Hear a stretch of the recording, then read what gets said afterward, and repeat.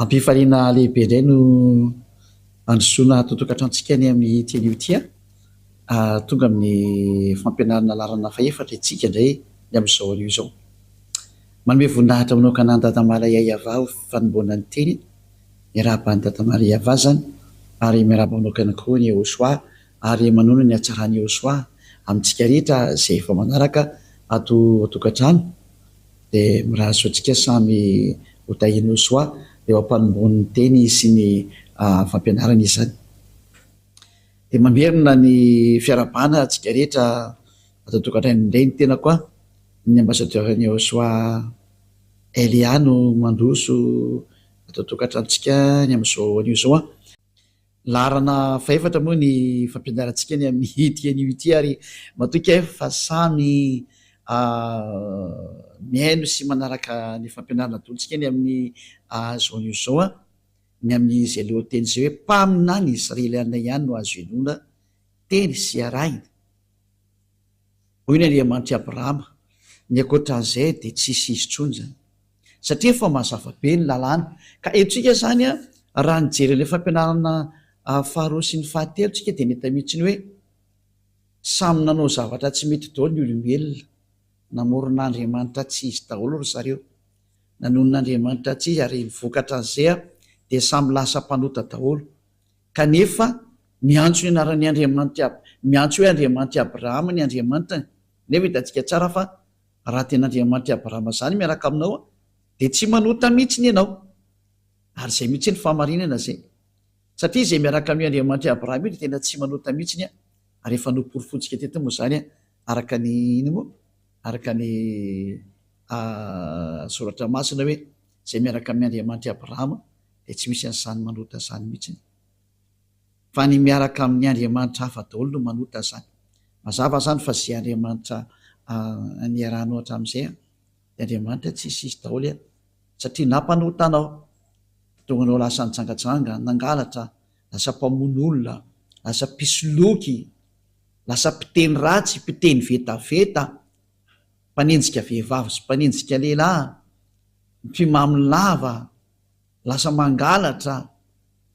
Zany ny hafaran'ilay Andriamanitra narano, tsy Andriamanitra Abrahama zany,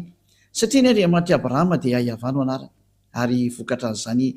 tsy fiarahana ato amin'ny Andriamanitra marina zany dia ianao fa lasa mpanota araka ny zava-marina dia tsy hitanao koa nefa ny ataonao moa zany miala amin'izay satria zavatra efa iainanao ilay izy zavatra efa arahanao ilay izy ka ahoana moa zany fomba handrosiranao an'izany sary zany. Dia eo ilayntsika zao nahita mihitsy ny hoe ho an'ny zehetra nanonon'Andriamanitra hafa ankoatra ny Iayava dia diso daholo satria izay ny Andriamanitra Abrahama efa nitonony tany amin'ny taona moins 2000 ka tsy ny bokinareo na ny Baiboly ny ampelantananareo izay nanovanovana io anarana io no ilazanareo fa marina ny anareo satria ny profeta dia mpanota daholo nareo ary ho an'izay mpanota dia tsy nahita ary tsy mahafantatra an'io Andriamanitra io satria Andriamanitra tsy mihaino mpanota io Andriamanitra Abrahama io. Izay natonga azy niady tamin'ny Israeliana ka nisaraka taminy ray izay aloha ka nanamorona boky koa azy ianao ka niantso hoe Andriamanitra Abrahama le anao dia tsy mety ary lasa mpanota koa ianao satria efa nambarany Abrahama sy Mose tany amin'ny taona moins 2000 fa naran'izany Andriamanitra Abrahama zany tany amin'ny taona moins 2000 tany ho any sy ny tany amin'ny taona moins 1500 tany ho any dia Iayava no anaraka raha novainao zay dia zay sady efa profa mpanota ianao ka tsy ny boky izay nisoratanao taty amin'ny taona plus 600 taty na sahala amin'izany no lazainao fa marina ihany koa. Io zany dia efa naporofona ilay izy hoe mbasa mijery mitodika amin'ny marina amin'izay famonjena angety jereo ny ady efa miseho ao amin'ny Russie sy Ukraine io fa miratsy dia miratsy ange efa risika na bomba nucléaire an'io miprofa tonga ny farany ary tsy mety miravina tsony ny olana fa dia efa olana efa mandeha efa miraraka maneran-tany moa ilay olana ko inona tsony moa zany no azo atao amin'io fily hoe raha fotsy be verilona miandray izay ketolana tsy misy nina azo atao, tsy misy fanantenana azo atao raisina tsony fa dia efa hoe miandry ny fiafaran'ity tantara ity sisy tsika izay mihitsy ny zava-marina izay ka mbola hijery ny toy ny teny antsika noho ny amin'izany rehetrarehetra zany dia mbola jerevantsika foana hoe inandray zany ny tohiny zany de zao ndray nytoy zany hoe fa diso zany io anarana io a diso hatrany amin'ny bokinao a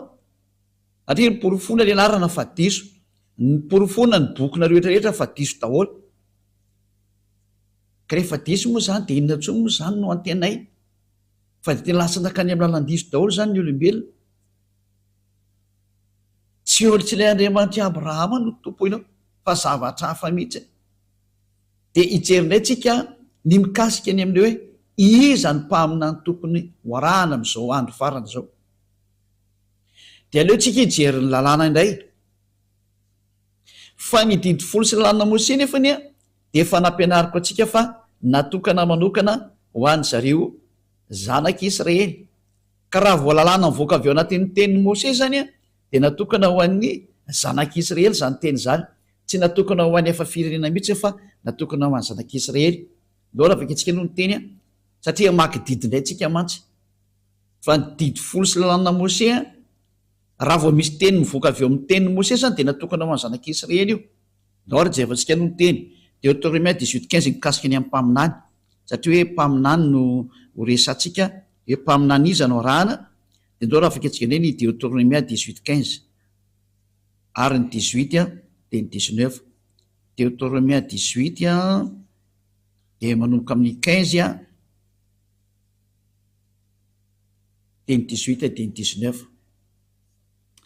mpaminany avy eo aminao de avy amin'ny rahalahinao tahaka hay no atsangany avahandriamanitra ao a ho anao izy no henonareo eo zany ny tenin'Andriamanitra hoe mpaminany iza no henona ary mpaminany avy aiza de mpaminany avy eo aminao zany hoe avy eo amin'ny Israelina dikan'izany de avy amin'ny rahalahinao zany hoe rahalahy Israelianina ny Mose zany le izy zany hoe Israelianina zany ty rahalahy ty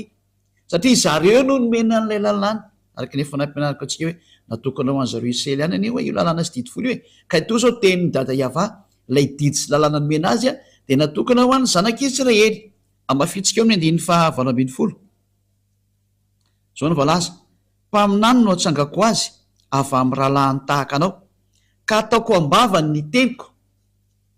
zany hoe tena misy teny apetraka ambavan'ireny mpaminany reny zany a de ho lazainy aminy zay rehetra andidiko azy de lazainy ty mpaminany ty amin'ny Israelianina zay rehetra didiny Iava ka zay rehetra tsy mihaino ny teniko zay ho lazainy amin'ny anarako de izany no tsara azy na izany iza zany tsy mihaino teny zany mpaminany zany satria dada Iava no miteny aminazy a de Andriamanitra mihitsy no tsara azy zava-toza zany no tsaren'Andriamanitra vela teny Andriamanitra Abrahama zany aza mity bingo am'zany fa zavatra danger be ho anao mihitsy zany de izy ary ty resana ty hoe mpaminany no atsangako azy avy amin'ny rahalahiny takanao izy le rahalahiny namoaka lalàna satria misy mieritreritra fa olo-kafa ty rahalahiny Israelianina ty de namoaka didy ny Andriamanitra Abrahama fa ity lalàna nomen'Andriamanitra ty a de natokana ho an'ny zanak' Israely rery ihany tsy nomena ny hafa firenena mihitsiny io ka noho izany zany a ilay rahalahy resany eto zany a de ho an'zareo Israelianina ihany rahalahandry Mose io zany zany hoe avy ohatrany hoe mpirahalahy zany e izy mirahalahy avy zany dikan'izay zany hoe avy amin'ny Israelianina dikan'izany zany resaka lazaina izany zany hoe le mpaminany zany dia tsy maintsy Israelianina deo raha vakitsika raha ny lalàna ao bokiny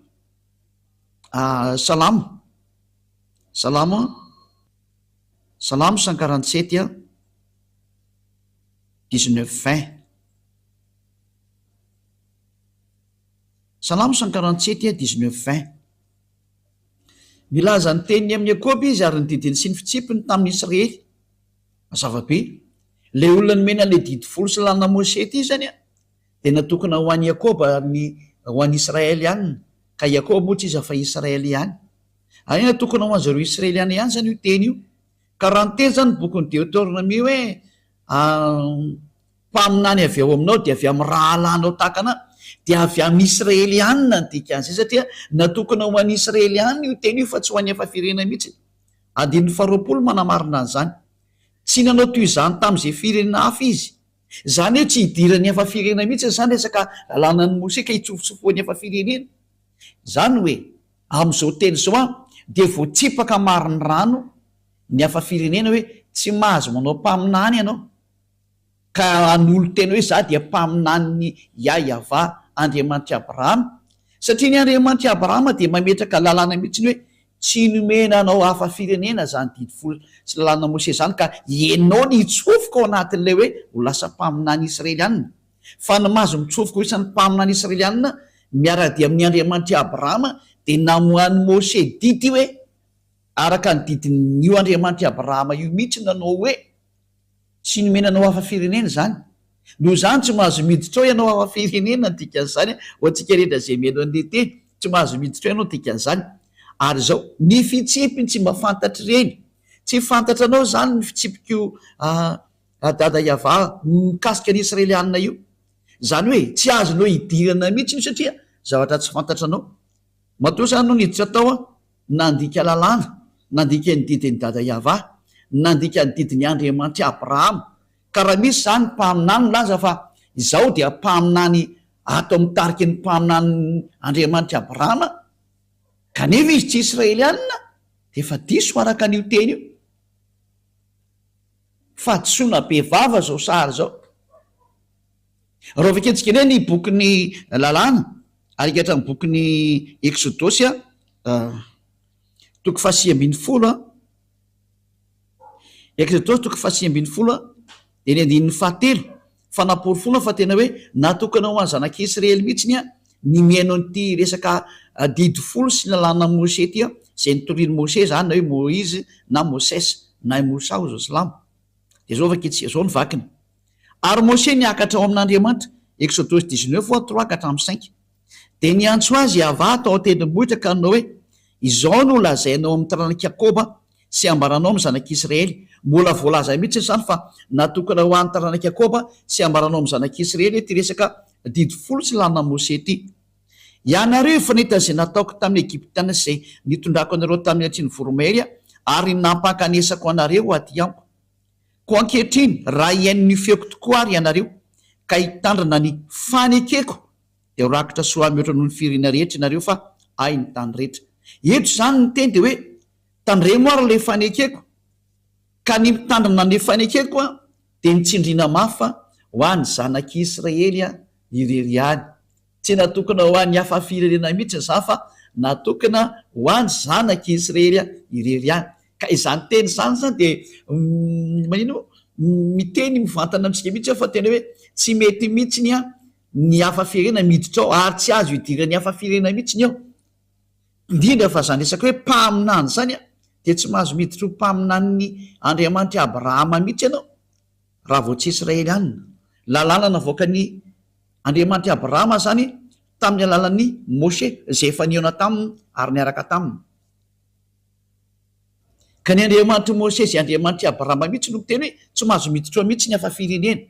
tsy azo atao mpaminany zany ny Amerikana na Anglisy na Frantsay na Afrikana na Arabo na Sinoa na Australiana niza niza fa Israelianina irery ihany no mahazo atao hoe mpaminany araka ny lalàna navoaka ny Andriamanitra i Abrahama io zany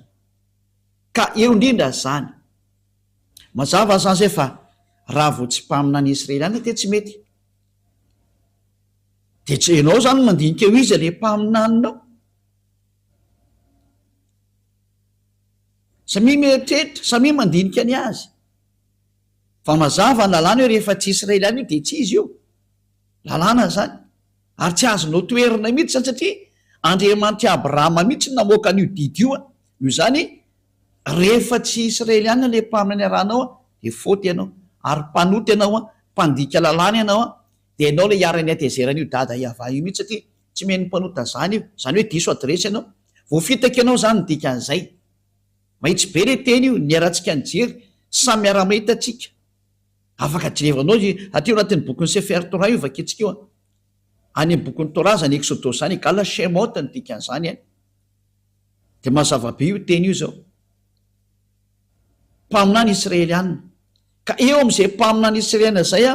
izy ara no mpaminany farany tao Israelina iza no mpaminany farany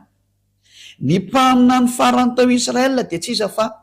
Yahosoa. Io lay tena mpamina ny farany a Yahosoa no anarany, ary voaporofo mihitsy zay teny zay araka ny boky tany Israela. Ny boky tany Israela mihitsy nanamarina fa tena mpamina any zany Yahosoa zany. Io lay nivainy zareo anarana hoe Jesosy na Jesoa, zay grika zany anarana zany, ary navainy zay zao le ho an'ilay miantso an'izany Jesosy zany. Ho an'ny Silamo ndray misy de miantso hoe Isa, fa tsy Isa zany anarany fa Yahosoa. Reny le fandikana teny diso daholo reny, de samy nanovanova daholo mihitsy ny olombelona, fa ny mpamina ny farany ny anarany de antsoina hoe Yahosoa. Ary zay miaraka amin'io mpamina ny farany io dia tsy manota intsony, satria io mpamina ny farany io a no nomeny io Andriamanitra Abrahama io a ny lalàna sy ny didy. Andao ro jerevantsika araka ny tantara tao Israela, fa tena mpamina any zany, ka zareo Israeliana no mamaritra ny mpamina any eo aminazy sy ny tsy mpamina any eo aminazy, fa tsy ny mpitondra fivavahana akoriny, fa ny vahoaka no mahafantatra hoe mpamina any io na tsy mpamina any. Ka raha vao mpamina any olona anankiray kosa ny vahoaka de tsisy mahazo mikitika any satria izy no mitondra teny. Ka mazava ho azy moa ny zavatra nataon'izany Yahosoa zany tao Israela, tena fanehoana ny hery sy ny fahefana, de izy ny mpamina ny farany araka ny voalaza ny boky tany Israela ndray jerevantsika. Ary nisy nanohatra an'ireo boky reo de reo ny jerevantsika hoe mpamina any ve izy. Izy moa tsy milaza fa mpaminany tokoa izy, de ny olona tsy mahay ny tantarany Israeliana no tena tsy mpaminany. Ary mbola hitantsika ihany zany amin'ny tenin'ireo any Israela, de zay niaraka tamin'ireo mpaminany reo de lay mpaminany antsoina hoe Yahosoa. Nanana mpianatra izy, ary tao amin'ny tantaran'ny mpianatra no nahitana zany histoira zany hoe mpaminany io Yahosoa io. Ary io no henonareo, ary ny henonao azy tokoa ny vahoaka Israeliana, ny henon'ny fampianarana zany Yahosoa zany ny vahoaka Israeliana. Ary amin'ny manarivorivo mihitsy nanaraka anazy teny an-dalana teny, saingy ny alina moa le mpitondra fivavahana jiosy a de ny vonoany, ny jiosy natao Israeliana de ny vonoany. Ka ho jerevantsika ao anatin'ny soratra masina ny jiosy, satria ao amin'ny jiosy ihany tsika maka an'le tantara zany. De ao amin'ny soratra masina ny jiosy ndray misy le teo testamenta vaovao, ka mitantara n'ity Yahosoa ty zay testamenta vaovao zay. De ny testamenta vaovao mihitsiny a ny anaran'ilay mitondra anazy de atao hoe Yahosoa. De ao anatin'io boky io no ahitana ny tantaran'ilay mpamina ny farany atao hoe Yahosoa. De ho jerevantsika izay tantara zay fa voalaza tao anatin'io boky io mihitsy fa tena mpaminany hoe ny vahoaka Israeliana, ny vahoaka Israeliana mihitsy no miteny fa mpaminany izy, ary be de be mihitsy nanaraka anazy satria tao no nositrany, mahiratra ny jamo, misy maty natsangany, ny kilemaina natsangany, ny marena nataony eno, ny mona nataony teny, be dehibe ny marary nositrany, ny misy devolona voaka ny daoly ary lasa sitrana daoly. De zany tantara zany a voarakitra ohatrany boky ny jiosy zay mirakitra ny tantarany mpaminany. Ndao afaka itsika mikasika amin'izay hoe mpaminany marina ve ity atao hoe Yahosoa ty araka ny boky ny jiosy ihany. Ndao jerevantsika zay sary zay oharantsika kely ny teny araka ny somary mirejerekentsika toko sy ndininy aloha. Ho jerevantsika ao amin'ny iza moa zany Matthieu 21:11, Matthieu 21:11 de ny 46. Jerevantsika vetivety izy ao tsika eto tokantrano. Matthieu 21:11 to zany bokyny jiosy, bokyny jiosy to ndraisantsika to zany. Alovaka itsika aminoko amin'ny 10 de ny faraka ambin'ny 10. Ary no tafiditra tany Jerosalema izy. Matthieu 21:10 de ny 11. De niorakoraka ny tanàna rehetra ka nanao hoe iza moa izao, ary ny vahoaka ny laza hoe izao no Yahosoa mpaminany zay avy any Nazareta any Galilia. Zay mazava zany fa tena ity Yahosoa ty ozy ny vahoaka dia mpaminany, ary vahoaka Israeliana io niorakoraka be io. Voapirofo zany eto fa tena mpaminany Yahosoa. Izany hoe ny mpaminany Israelianina farany enoana ary tokony ho arana zany mazava ho azy de ty Yahosoa ty satria io ny farany io. Zay ny voalazan'ny soratra masina Jiosy.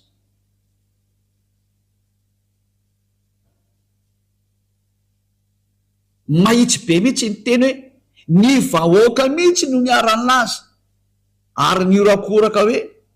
mpaminany Yahosoa zao tonga zao lay avy any Nazareta ny Galilea. Zay ry zay mazava zany fa tena mpaminany Yahosoa araka an'izao teny voalaza amitsika zao neny manaraka Matthieu 21:46 ndray hoe tsy sanisambotra ny Yahosoa ny mpitondra fivavahana Jiosy satria ny vahoaka laza fa mpaminany izy ka so matin'ny vahoaka indray ianao tsy azoko tena mantsy ny mpaminany. Ao amin'ny 9:7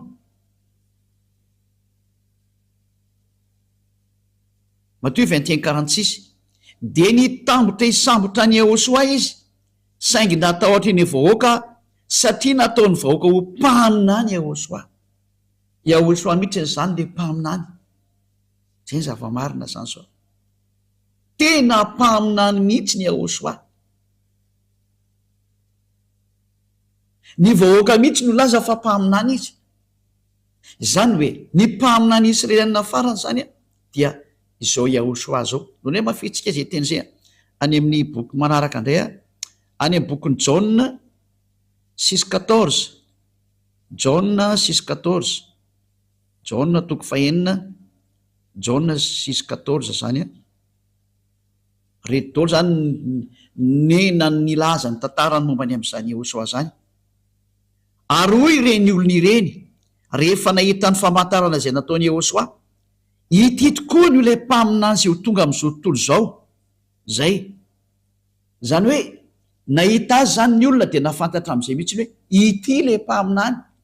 Rehefa ren'ny olona ny zavatra nataony Yahosoa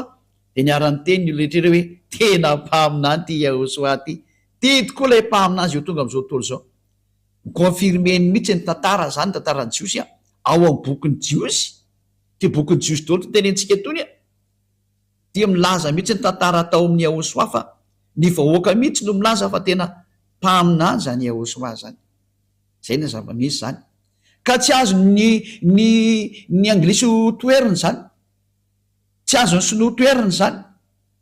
tsy azo ny afrikanina toeriny zany, tsy azo ny araby toeriny zany, tsy azo ny rosianina toeriny zany, tsy azo ny japonais toeriny zany, fa satria ny Israeliana no nyteneny zany tantaran zareo zany dia tsy azonao lavina. Ka ny vahoaka mihitsy no milaza fa mpaminany zany Yahosoa zany dia tsy misy olona mahazo manohitra an'izany. Tsika jery teny hafa mbola ao anatin'ny bokin'ny Jiosy any ty hojerevantsika ty ao amin'ny bokin'ny Lioka indray ny vakitsika Lioka 24:19 Lioka 24:19 Lioka 24 izy zany fa hoy izy taminy Lioka 24:19 zavatra manao ahoana moa izany ary hoy izy ro lahy taminy ny amin'ny Yahosoa avy any Nazarety mpaminany mahery tamin'ny asa sy ny teny teo anatrehan'Andriamanitra sy ny vahoaka rehetra. Tena mpaminany teo anatrehan'ny vahoaka mihitsy izy. Manaiky azy daholo ny vahoaka fa tena mpaminany izy.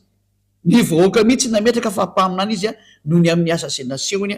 sy ny famantarana nasehony ny hery sy ny fahefanana anany dia ny aiky ny olona fa tena mpaminany izy. Ny vahoaka nametraka azy ho mpaminany tsy azonao lavina mihitsy zany. Izy niza mandany zany dia nonge zany manohitra ny zava-misy any amin'ny fireneny olona. Le vahoaka kosa mahita ny zavatra nataony ny teny fa mpaminany io tsy azonao lavina le izy. Mpaminany lehibe izy. Zay le hoe mpaminany avy aminao ny enonao ary nefara teo amin'ny Yahosoa zany. Ary zany Yahosoa zany zay rehetra niaraka taminy dia tsy nanota intsony. Zay. Ary ty Yahosoa ty no namoaka didy. Namoaka didy izy araka ny Jaona 12:49 fa didin'Andriamanitra ray mihitsy no izy netiko Jauna 12:49 ka ho an'izay rehetra mametraka fa mpaminany ka ny vahoaka moa nametraka hoe mpaminany de tsy azonao lavina mihitsy iny zany de ny mpaminany zany de mitondra ny teniny ayafa tena moka didy izy ny dikan'izay de hoe apetraka ao amin'le mpaminany ny didiko izy ny teniny dada iafa le tare amin'ny Deutéronome 18:15 Deutéronome 18:15 le miteny hoe apetraka ao ambava ny didiko de olazainy aminareo ny teniko zay andidiko anazy de eto koa zany nomenany Yehosoa koa ny didy araka ny Jauna 12:49 Jauna 12:49 ary no vakitsika de etsika zao ahita mihitsy fa hoe nitondra didy zany zanaka mpaminany lehibe zany ary ny didy nomena azy de ty ny fanaporofona Jauna 12:49 satria zao tsy niteno ahy fa niraizina niraka izy no nandidy azy eo lazaiko sy zay otoriko ary fantatry fa fiainana mandrak'izay ny didiny koa izay lazaiko de lazaiko araka n'izay nolazay ndray tamiko mazava be zany ny teny eto fa ite Yehosoa ty zany de nampitondrain'Andriamanitra ny didiny araka le teny tary amin'ny bokin'ny Deutéronome tary hoe misy didy omena amin'ny mpaminany ary ho zarainy amin'ny olona omen'ny olona ary ny didy ao amin'ny Yehosoa de ny didiny amin'ny fanafana ny olona amin'ny fahotana tsy mahay manao teny intsony zay miaraka aminy io le Andriamanitra Abrahama miteny hoe mpaminany ny anonao ary le mpaminany farany ny vahoaka mihitsy no teny azy de hoe Yehosoa no anarany ny confirme ny vahoaka atao Israela tamin'izany fotoana zany ka tsisy afaka mandany zany mihitsy tsy azo lavina tahaka ny Isaia mpaminany de ny ekeny olona fa mpaminany Israelianina tahaka ny Jeremia mpaminany de ny ekeny olona fa mpaminany Israelianina aotr'izany koa Yehosoa de ny ekeny vahoaka fa mpaminany Israelianina ka tsy azo lavina mihitsy zany hatramin'ny farany satria nitondra ny teny ny dada mahayava izy araka ny teny mpaminany mbola ho resantsika mihitsy moa manaraka hoe ahoana ny fanaporofona fa tena mpaminany izy ary izy mihitsy le mpaminany fa araka ny lalàna Mose indray mbola omeko zay teny zay fa eto de miteny mihitsy ny hoe ny vahoaka mihitsy ny Israelianina zay mahafantatra ny ato hoe mpaminany de reo mihitsy no teny vantana mihitsy ny hoe mpaminany io Yehosoa io mpaminany izy ary izy no mitondra ny fanekena vaovao ho an'ny zao tontolo zao ho an'ny firenena rehetra eto ambonin'ny tany izy ny fanekena vaovao zay moa zany amin'ny Israelianina zay resaka zay no mandeha fa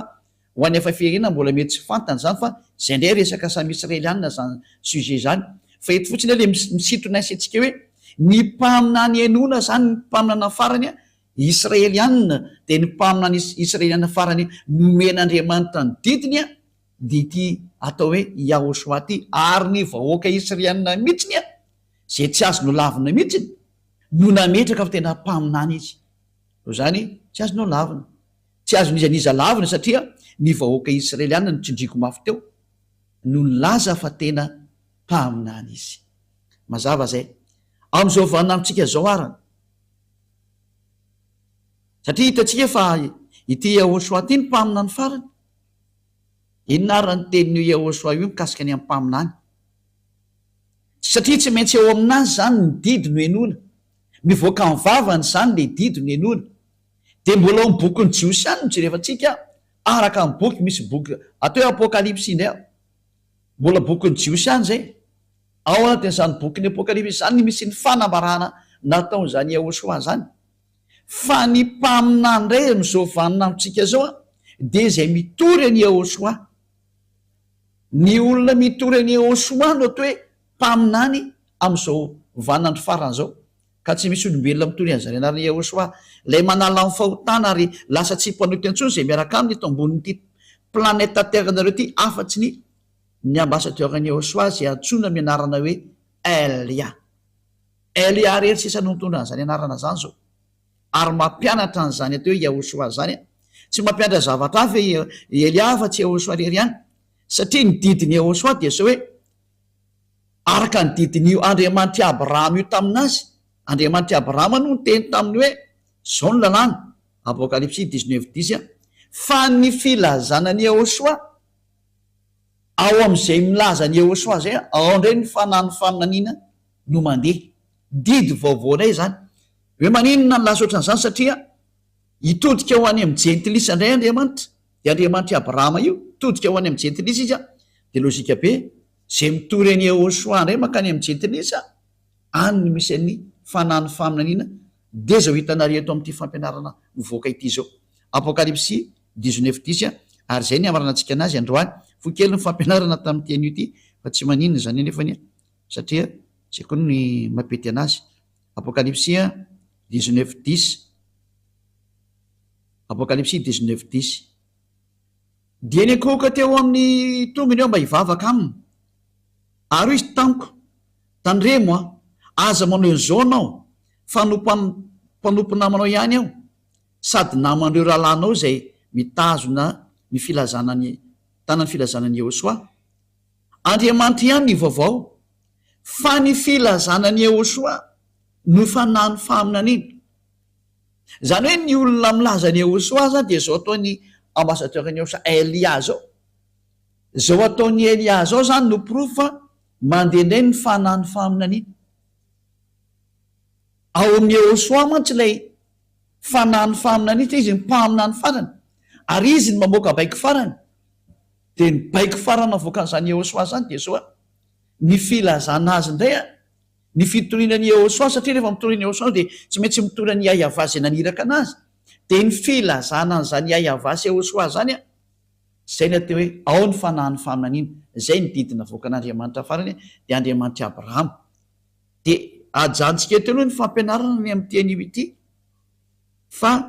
mijery endrika hafa tsika ny amin'ny manaraka fa ampy aloha zay eritretinareo hoe mpaminaniza no enona zany zao de mpaminany Israeliana ary tsy mahazo mivoaka amin'izay ianao dosany hoe ahoana mampaminany anao indray ary ambassadeur-ny Jehosoa zany de mpaminany mihitsy izy Elia zany mpaminany Elia le tany aloha be tany mpaminany tany androny Abam-panjaka mpaminany izy de matony hoe Elia mpaminany Elia mpaminany le même personnage misy am'izao tsika miteny zao am'izao tsika miteny zao ozy ny teny dada Yahva nampitondraina ny Jehosoa mpaminany de hoe zay mitory any Jehosoa satria rehefa mitory any Jehosoa de automatika mitory any dada maly Yahva Andriamanitra Abrahama de ao indray ny fanahny faminaniana ao ny fanahny faminaniana zay no mahatonga hoe zay olona miaraka amin'ny Jehosoa eo eto ambony ty tany ity reo ihany tsisa no afaka amin'ny fahotana zay ny atao hoe zavatra sarobidy indrindra nomeny dada Yahva tamin'ny alalan'ilay mpaminany farany horesantsika amin'izay ny tontolo ny mpaminany farany io Jehosoa ary manaraka an'izay koa mikasika ny hoe Elia moa zany efa mazava aminareo io satria ny mampaminany ny Elia de noho ny amin'ny Jehosoa nefa nyzany Jehosoa zany le nyteny hoe aza manota intsony tahaka ny ataony dada Yahva hoe za tsy tia mpanota ity mpaminany farany Jehosoa ty koa miteny hoe aza manota intsony de tahaka ny Elia koa miteny hoe aza manota intsony ary zay miaraka amin'ny Elia hatrany de tsy mahay manota intsony satria izay le fahefanao amin'ny Jehosoa malala ho azy ny voninahitra manakseho nazy mianaka de dada Yahva satria moa tena kaiky ty mpaminany rany hiraka ho resantsika ny momba anazy fa tena mpaminany mihitsiny izy de amafitsika zay teny zay hoe ity mpaminany ity de tena tsy maintsy arahana ny teniny izy no teny hoe aza manota intsony Jaona 5 hoe aza manota intsony ozy izy Jaona 8:11 zany ny zahatra faratampony tiany dada maly Yahva zany zany ny tsara indrindra zany bokin'ny Israeliana ihany ty Jaona 5 andiny 11 ary izy tsy misy tompo de hoe Jehosoa zaho koa tsy manameloko anao mandehana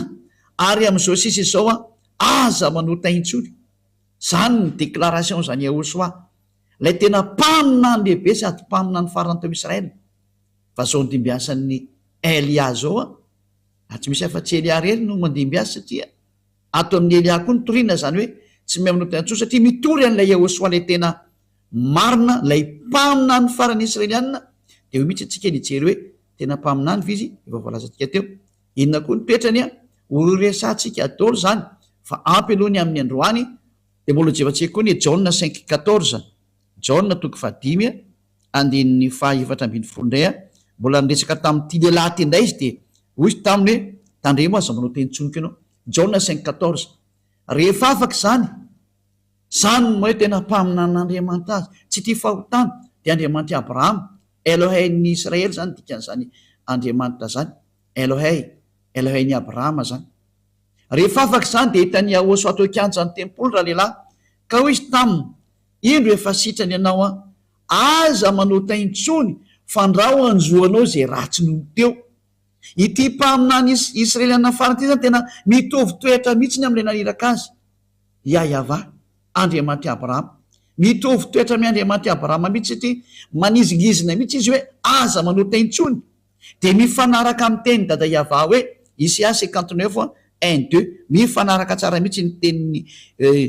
izy ireo Isaia 59 1-2 ino nky ty teny ty indro ny tanany Yahva tsy foy fa mavonjy ary ny sofiny tsy lalidalovana fahamary fa ny helokareo ny hevitra mampisaraka anareo amin'Andriamanitra reo ary ny fahotanareo no mampiafina nytaviny aminareo ka dia tsy mihaino izy tena alan'Andriamanitra mihitsy ny hita hoe olona mpanota zany mifanohitra amin'ny dada Yahva mihitsy zany ny Andriamanitra Abrahama tsy ty mpanota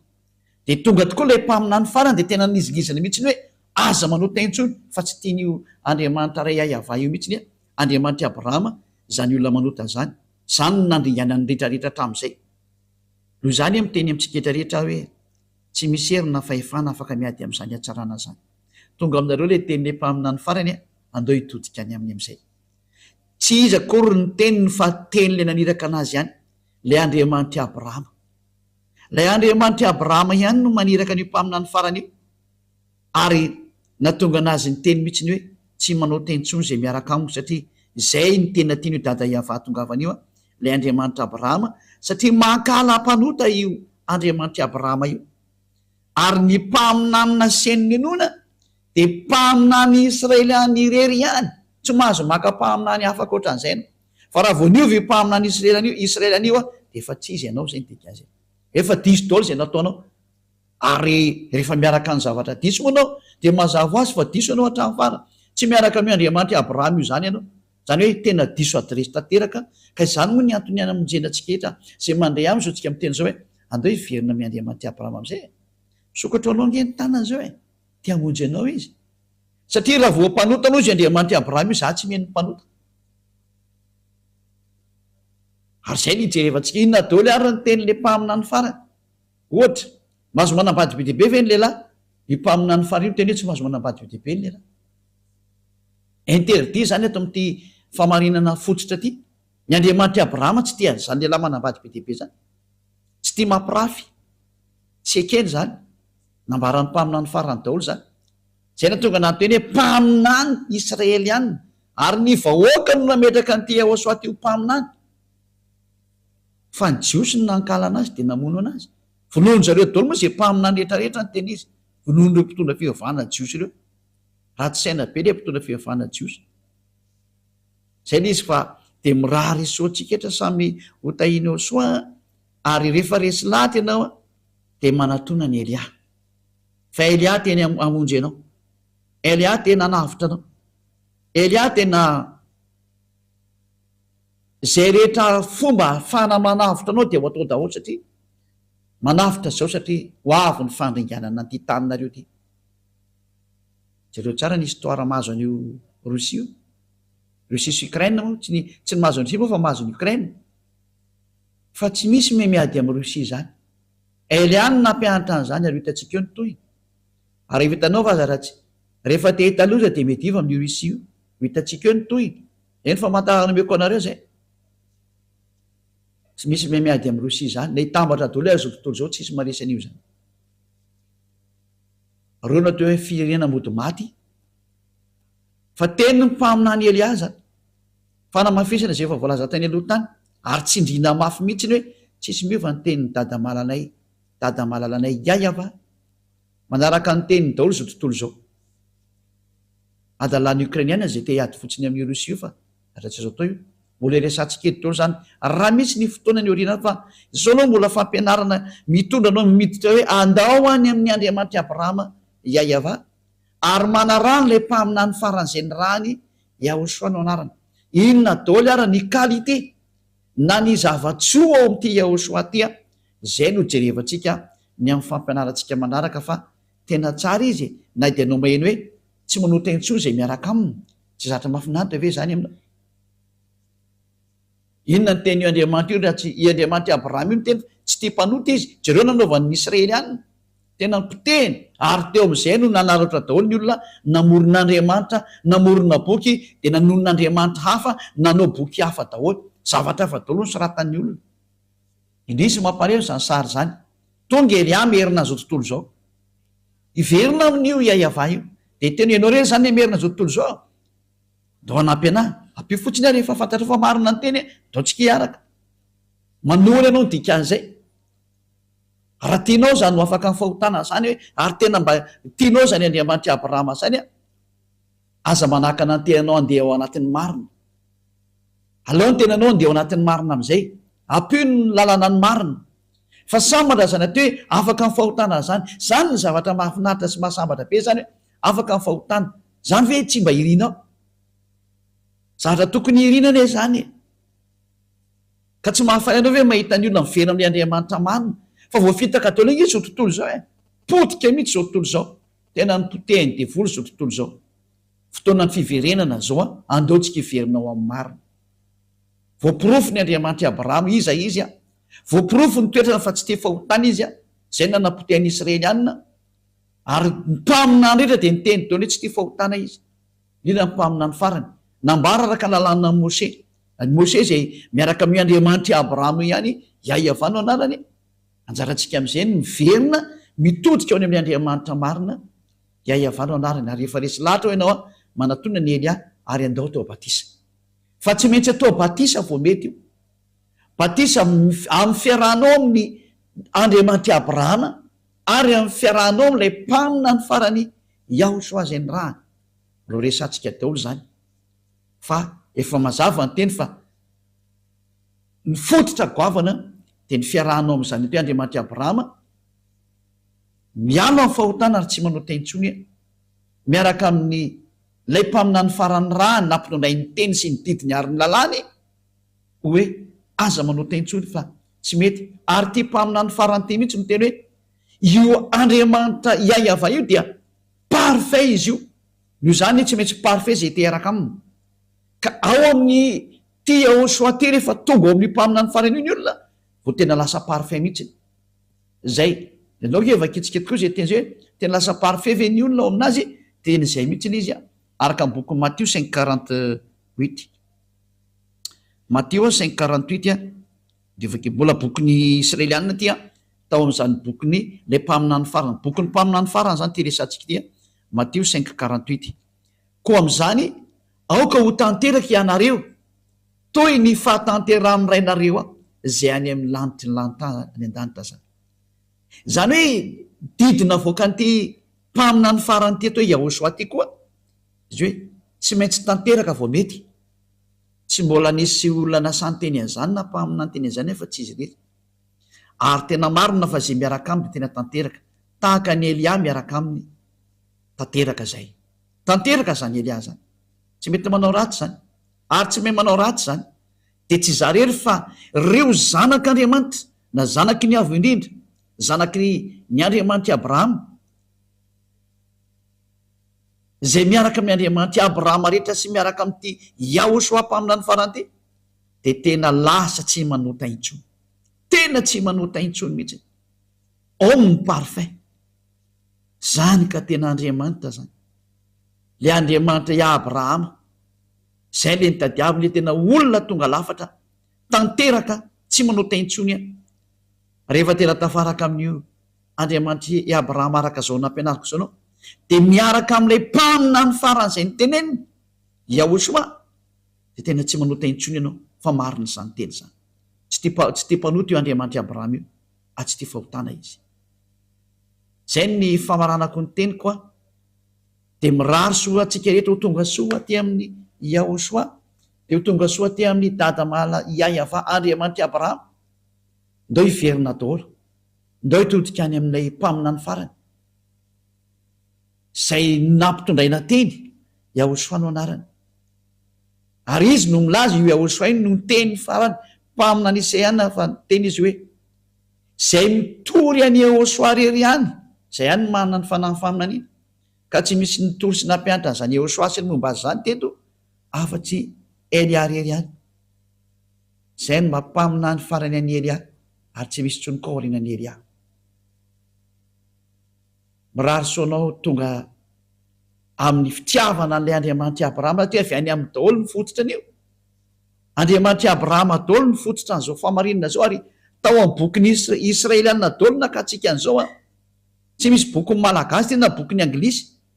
na bokin'ny amerikana fa bokin'ny Israeliana zay nandehanana zany teny zany zay no nahitantsika zao famarinana rehetrarehetra zao, ka iantsona antsika hoe andao hitodika daholo am'izay ho any amin'ny Andriamanitra Abrahama, ary anaraka an'ilay mpaminany fa satria ao no lakileny men'Andriamanitra Abrahama am'izay hoe ao am'izay nareo no mandeha satria izy ny mpaminany farany tsy misy tsony taorianany, mpaminany Israeliana. Ary tena ary ianao e malagasy koa ianao milaza fa ianao koa mba mpaminany, nefa nivakeko ny lalàna fa io Yahosoa io nefa nazo didy avy any amin'ny dada Yahava Andriamanitra Abrahama hoe zay mitory anao, satria izay mitory anazy de mitory an'io Andriamanitra Abrahama ihany koa Yahava no anarany, zay mitory any Yahosoa, ka ingamo Yahosoa tonga teo raha tsy nisy an'io ino moa ity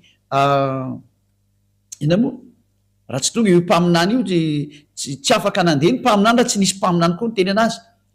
De gaga ianao apiko kely hoe ary ianao to miteny hoe zanan'ilay mpaminany izay indrindra, ampianatra an'izay kely indray aloha parantesy kely, ozy ny olona hoe tsy niteraka io Andriamanitra io, be deabe ny fampianarana manao an'izay any, ka nareo no namorona boky zany any amin'ny boky hafa any no misy an'izany,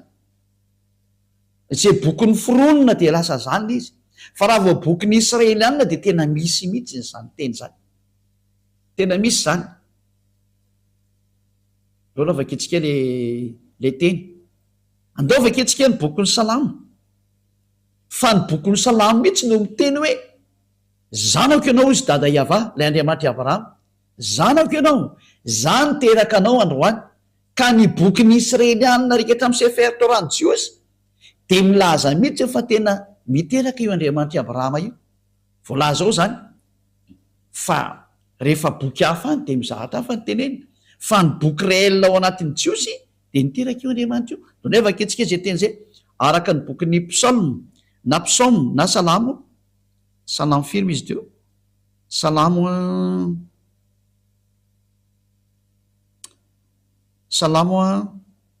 2:7, salamo 2:7, salamo 2:7, ilaza zava-boateny aho,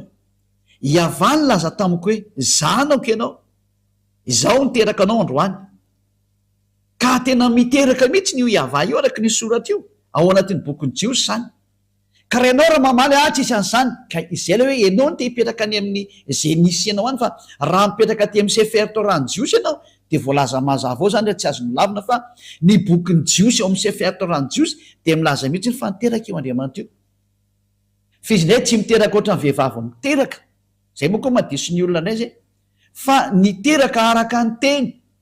Raha niteraka zany izy an'ity Yahosoa ty de naterany tamin'ny teny. Ka raha Yahosoa ny resana zany de io mihitsy ilay naterany io, ary zay moa tonga antsika hijery an'izay hoe tena zanany mihitsy io. Donay antsika bojery boky salamo 2:20, salamo 82:6. Donay antsika hijery boky anankiray mbola bokin'ny salamo ihany, salamo 82:6. Hoy izao, Andriamanitra ianareo ary zanakiny avo indrindra ianareo rehetra. Miteraka zany Andriamanitra ny dikan'izany, satria misy zanakiny avo indrindra ary le zanany nataony hoe Andriamanitra ianareo. Miteraka zany io Andriamanitra io ny dikan'izay ao amin'ny bokin'ny Jiosy, any amin'ny bokin'ny salamo, ka tsy azonao lavina koa zany satria ao anatin'ny bokin'ny Jiosy zany. Le Andriamanitra Abrahama ny teny zany mihitsy. Fizinay hoa tsy niteraka ohatran'ny vehivavy miteraka, fa araka ny teny. De zay na tonga n'ilay mpaminany ny teny hoe tamin'ny voalohany teny, ary ny teny to amin'Andriamanitra ary ny teny de Andriamanitra, izy de atao amin'Andriamanitra hatramin'ny voalohany. Zany hoe ity Yahosoa ty zany araka ny nampianarin'io Yahosoa io de tsy nateraka oatra ny vehivavy ateraka fa nateraka tamin'ny teny. Raha vao ny teny zany io Andriamanitra Abraham io tamin'ny namorona zao tontolo zao, de iny teny iny no atao hoe Yahosoa zay, fa tsy nateraka oatra ny vehivavy miteraka, fa ny fiteraka an'Andriamanitra zany ao amin'ny teny izy no niteraka. Vaketsika ny Jaona atoko voalohany zany bokyny jiosy daholo miteny an'izany Jaona atoko voalohany andininy voalohany. Tamin'ny voalohany teny, ary ny teny tao amin'Andriamanitra, ary ny teny dia Andriamanitra. Izy de tao amin'Andriamanitra tamin'ny voalohany, ary izy no nahariana ny zavatra rehetra, ary raha tsy izy de tsisy nahariana zao zavatra ary zao na idea iray azy. Ao amin'ny bokyny jiosy zany de ny bokin'ilay mpamina ny farany Yahosoa, de izy mihitsy no laza fa izy de tamin'ny voalohany, ary ny teny izy tao amin'Andriamanitra, ary ny teny de Andriamanitra. Bokyny jiosy daholo miteny an'izany. Jerevantsika tary amin'ny bokyny Sefer Torah-ny jiosy tany aloha de milaza mihitsy hoe fa niteraka Andriamanitra, ary zany teraka anao izy androany, tsy azo lavina mihitsy izy zay, tena nisy zany zavatra zany. Ary ilay fiterana kory tsy oatra vehivavy miteraka, fa